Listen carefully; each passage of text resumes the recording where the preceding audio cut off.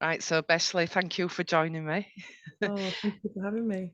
So, so we met on Anchor Jane's coaching career school, and and we've had calls together as well, and you are absolutely kind of blowing it away, like really inspirational, and just really impressing me, kind of with all the knowledge and all you bring, but like your tenacity and your just ability to kind of understand an idea or a concept and embody that and run with it, and um and apply that across the board. So it's not just within the coaching practice that you're building and the clients that you're serving, but at home as well, and such like a big heart, and um, really helpful as well. So it's like a delight to do this with you. Anyway, um, and but I wondered if before we started, if you wanted to share a bit more about yourself and like why you do kind of what you're doing. Yeah, thank you so much, Victoria. That's a wonderful acknowledgement, and thank you. I accept that acknowledgement from you, and it's so lovely to know you and to be on the coaching school with you and to have spent time with you. Yeah, and it is wonderful that when we learn things that are in our professional lives as coaches, and they can straight away be applied across the board, like you said, in all other areas of our lives. Um, I'm a coach who's quite new, so I've been doing this for about a year, really since my kids started school. So I've got twin boys that are nearly 6 now. And previous to that, I was in recruitment. So I was a headhunter, had different businesses within that space. And I really just felt the calling to be a coach after working with a wonderful coach nearly 3 years ago. Um, and yeah, now it's just a privilege and an honor really to get into conversations with people about their hopes, their dreams, a lot of stuff is to do with their work lives, what they're looking to achieve. But as you know, it's always about the whole person. So yeah, it's just wonderful to be able to talk to people about what they really want out of life, basically, and help them to move towards that. So yeah, that's a bit about me. And yeah, I mean, I think really the piece about listening, I was so delighted that you invited me here today to talk about listening, which is something that you've actually taught me a lot about, and the conversations that we've had, I've been really, really impacted by the quality of the listening that you showed to me. And so you're very much a role model for me in terms of learning, how to listen more deeply. Yeah. And that's why we're here, and that's why we're recording this today, because so myself and Rose and Simona are running an event in January on listening, but presently we've created a group to which we are sharing some masterclasses, and you've had such, and I think it's a topic where we can say, well, like listening, what is there to know about it? I am a good listener. Oh Or yeah. we can get caught up and think, oh my god, there's something about listening that I'm not doing, and I can't do, or I'm not a good listener. Whereas like that's not what I believe. I believe like it's innate within all of us, and and I've noticed that you've had such a kind of shift with regards to this lately, Yeah. and that's been having like an impact. And I thought, well, why not jump on a call and let's just demystify it a little bit. Yeah.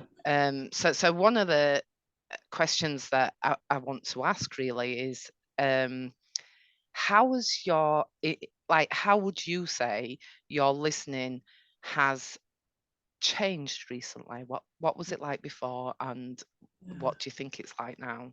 Yeah, I mean, I've had a huge shift just literally in the last couple of weeks since we went to the last weekend in London, which was only, literally last weekend. And we learned a lot there about heart-centered listening. And what's changed for me is that I feel like I've really started to see now. What I want to say about listening is that I do 100% agree with what you're saying. It's innate. We are naturally born as good listeners. If you look at how a child listens and concentrates and is in awe of, or, you know, wrapped up in what they're doing and what they're concentrating on, that is innate. And a lot of us have learned behaviors over the years that get in the way of that. And so I think there are levels of this. And I feel like I'm not sitting here today saying, right, I've cracked it, but I feel like I've taken a step, and that small step that I've taken has been huge. So a couple of weeks ago, where was I with my listening? I would have said I was a good listener. And you know, I'm coaching clients. I've been in recruitment for 20 years, which is a consultative sales environment where you're building relationships. But I was listening from my head, is what I would say is the main difference. I was listening to intellectually understand. I was listening to assess. You know, so in recruitment, is this person right for this job? Is this client going to give me some work? Are we going to work? You know, what am I going to get from it? And in my personal life, it would have been more, how can I help? What's going on? How can I fix? What can I do? What solution can I give? And the difference now that I feel is that a lot of that has fallen away. And what's left is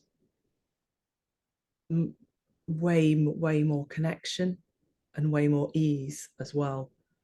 So less, you know, active listening is something that we've probably all been taught is the right way to listen. Certainly I have. As a salesperson, you've got to be listening, you've got to work at it, you've got to concentrate, you've got to make eye contact, you've got to reflect things back, you've got to say and at the right places, and you know, all that stuff. And I just feel like that was, for me, getting in the way. It was just creating barriers. And a metaphor that comes up for me is, you know, when you were a kid and you would listen, maybe make a yogurt pot with a piece of string and you would listen to someone.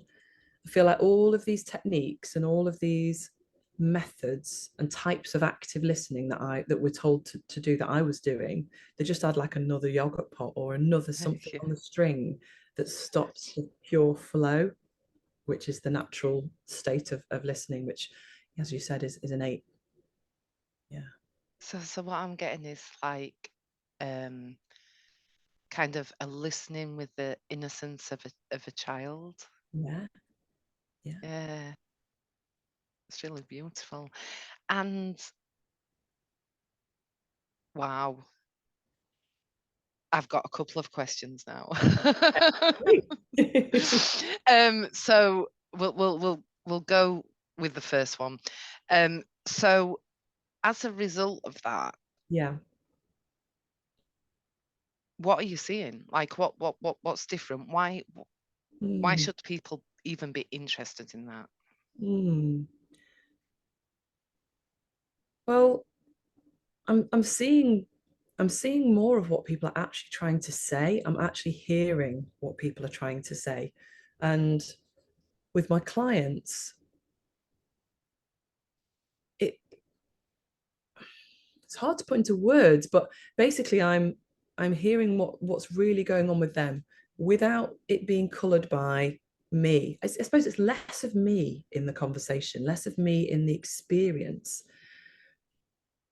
and more of them and really what they want to share. And less jumping in because I feel I can fix or solve or share.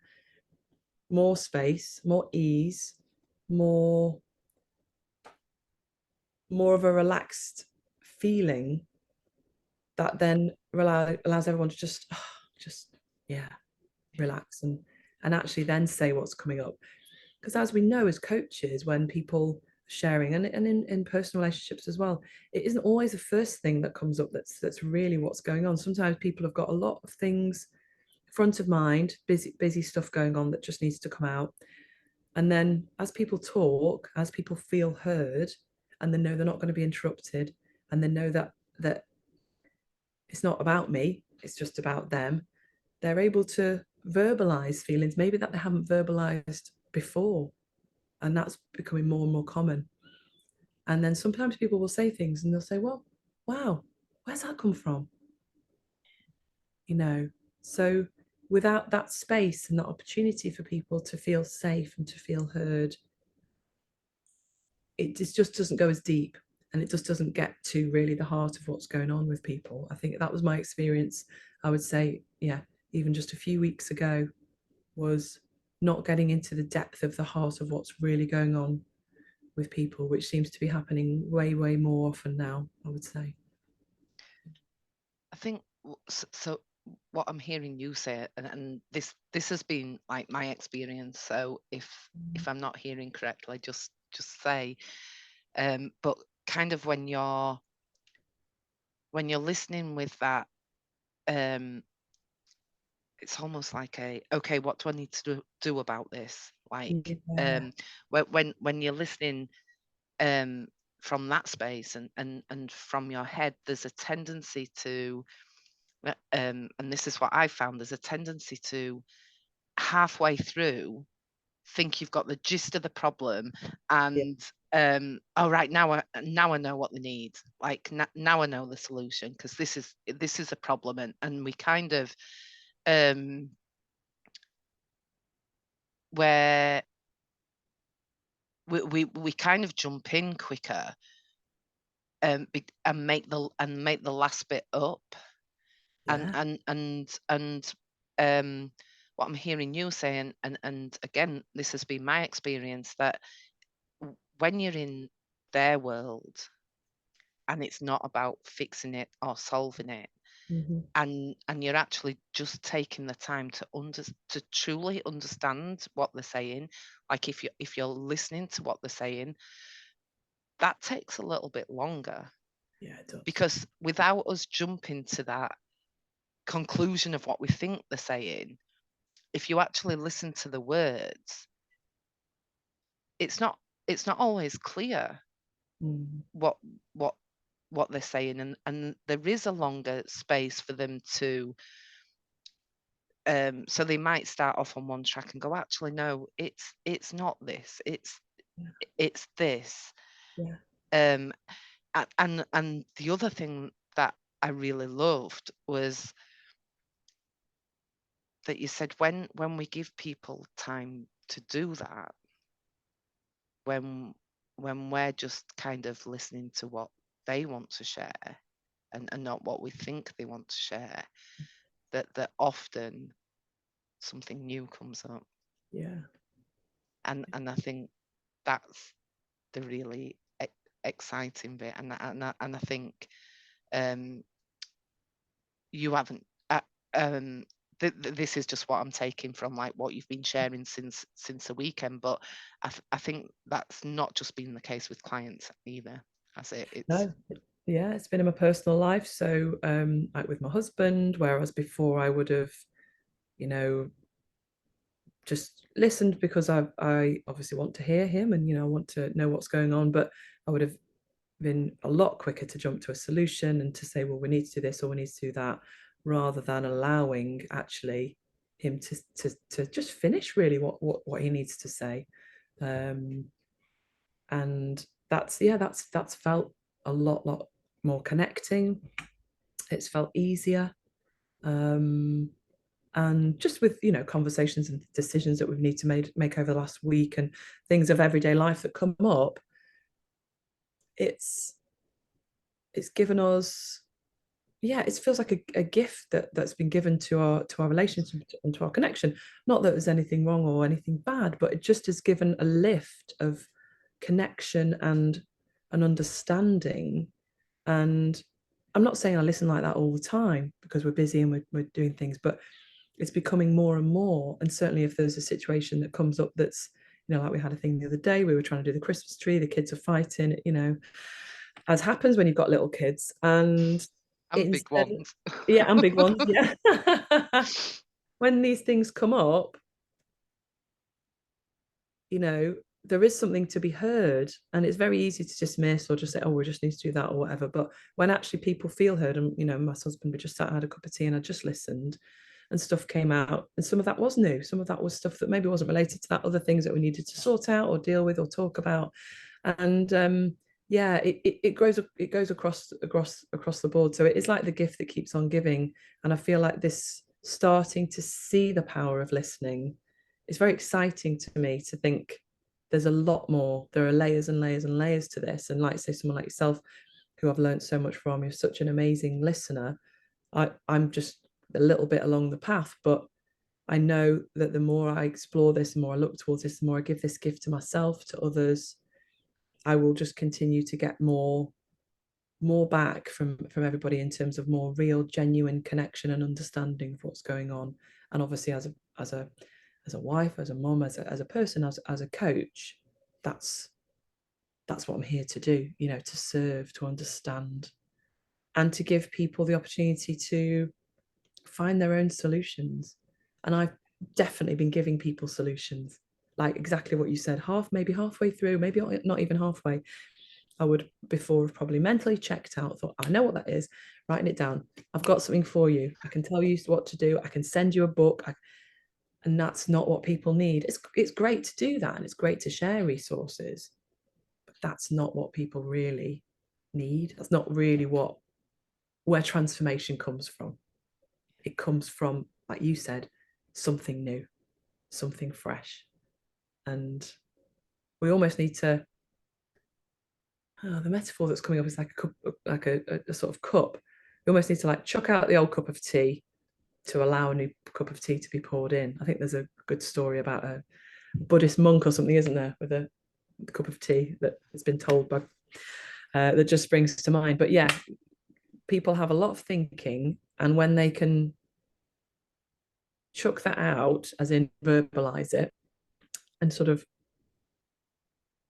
chuck out that cup of tea from the cup, then new thought can come in when we stay in that space of deep listening and that connection and that rapport and that safety, that feeling of safety. It allows people to just settle down, and then something comes through. I find it so exciting that and that never ends. There's Yeah. always something new. Yeah. Like so just the last couple of questions. So first of all, is there anything else you want to say about kind of how beneficial this will be if someone so for people listening that are exploring listening, is there anything you want to share about the benefits that will bring to their lives or the lives of people around them before we get on to the last one? I mean, I would just get curious and try it, you know, and just see what happens if you consciously sort of try, because it's a new way of being for me. It's a new habit, I guess, that I'm forming. And although it's easy, the first few conversations that I had where I didn't sort of jump in was like, oh, it was kind of like sitting on my hands. But just try it and just see how it feels. And then very, very quickly for me, it's become easy. And the benefits are absolutely huge. And it's a feeling of just being with somebody rather than trying to efforting and working at things. So it's way more powerful, it's way more connecting, and it's easier. Although at the beginning you might need to sit on your hands, like but try it out is what I would say. I mean, you've got nothing to lose. And you know, it's another one of these scenarios where the mainstream of what we're told of how to listen, with the active listening models and different types of listening, if you've been doing that for years like I had, great. But it may just be something which you find beneficial. You may like the experience of it. I certainly do. And like you said, it's very exciting. So I don't think that I will ever go back to active listening as my standard way of listening. I've seen a new way now, and it just becomes a normal, you know, the obvious way to go, really. And so that leads me to my very final question. Yeah. You talked about like being up in your head, and this feels up in your heart. And if someone's thinking, well, I want to be able to listen to like that and connect with people like that, so how would you suggest someone go about that? Because they Mm. like, you know, they Wow. might be thinking, well, this sounds more difficult. Yeah, yeah, You definitely. know. I can see that. I would just I would just think of a time when you listened to someone and it just felt so easy and so connecting, and just get into that sort of headspace and just imagine that that person or that situation that you were in, whether, I don't know, if you're a religious person, if there's someone, when you maybe listen to a religious speaker, or someone, even when you listen to someone that you really admire doing a speech, we've probably all got famous speeches that we've heard, or something that you would listen to that you would be hanging off every word. It could even be some music, like your favorite, if you went to go and see your favorite singer, in a concert, and it was your favorite song, you would just be listening with all, and that capacity for listening that we all have, that's available all the time. We can tap into that, so we can create the state, we can get into that state of being, create that mental state at any time. But that might be a way to just unlock what that type of listening feels like for each person. That would be my advice. I mean, it's called sort of heart-centered listening, or embodied listening, and for me it really feels like, instead of listening from my head, I'm now listening from my heart. But that's quite, maybe a little bit kind of conceptual. But yeah, just thinking about someone or something, or a scenario that you would be in, that you would be listening, like hanging off every word. Oh, It, it's almost like you're enthralled by yeah, everything they're saying, isn't it? And I yeah, love your bringing the music into it, because if I yeah, hear my favorite song, I have to stop what I'm doing. I have to tell everyone to shut up, and I'm just like, I want to just be with this, like hear every like chord and like yeah, word of it, and just totally kind of it's almost like um yeah, like you're shut off to everything else, and you're just there. Like, yeah, I love that. yeah. Thank you. Thank I you. was so excited for like so before we wrap up, if anybody would like to hear more about this, like from you, do you want Yeah. to tell them how they can get in touch with you? Yeah, sure. Anyone can contact me. I'd be very happy to speak with anybody if they'd like to hear more. My email address is hello@beshlie.coach. So Beshlie, Beshlie. That's the best way to get hold of me, or I'm on Facebook, LinkedIn. People can message me. And yeah, I am so excited to share, and to help, if there's anybody else that I can help with their listening.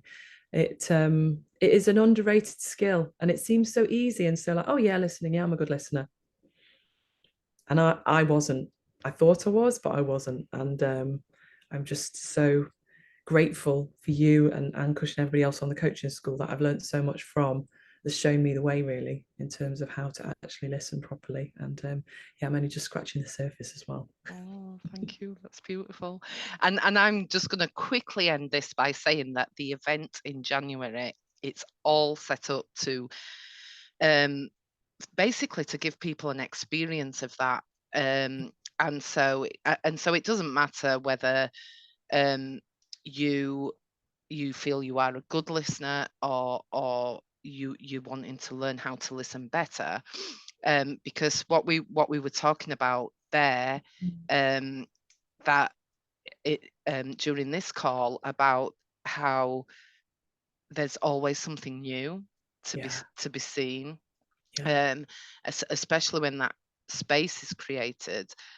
That's what the event is about. yeah, And so anyone that is already a good listener will have plenty of opportunity yeah, to um, create that space for others, and to be in that space for themselves. And in that, all three of us, myself, Rose, and Simona, know like that people will go away um, differently mm, when they turn up in the morning, and they'll see something new that's applicable to the lives and makes a difference. So we're really excited about that. Wow. And if anyone hasn't got a ticket, they can go onto the Eventbrite page, or if you want to know any more details, you can just message myself, Simona, or Rose. And when is the event, Victoria? The event is Saturday, the 21st of January in Manchester, in an absolutely gorgeous hotel. In fact, I'll share some of the details Yeah. of that. Yeah. Brand new hotel, not even a year old yet, and Yeah. with a absolutely fantastic bunch of staff Yeah. that are all eager to help. And yeah, so it's going to be exciting. I'm looking forward to that. Fantastic. Thank you very much. Thank you. Going to end it there.